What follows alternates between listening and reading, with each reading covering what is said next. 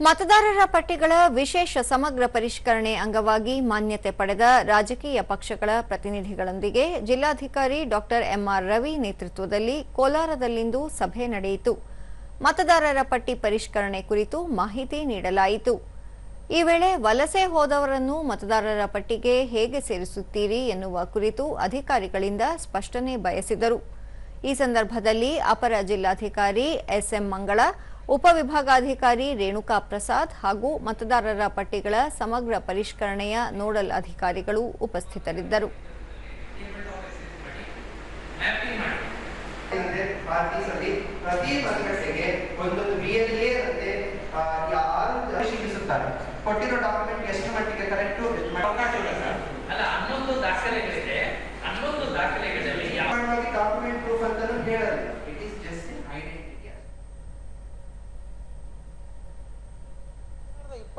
ಬಳಿಕ doctor M R Ravi ಜಿಲ್ಲೆಯಲ್ಲಿ ಮತದಾರರ ಸಮಗ್ರ ಪರಿಷ್ಕರಣೆ ಕಾರ್ಯ ಕೈಗೊಂಡಿದ್ದು ಶೇಕಡಾ 91ರಷ್ಟು ಮ್ಯಾಪಿಂಗ್ ಮಾಡಲಾಗಿದೆ.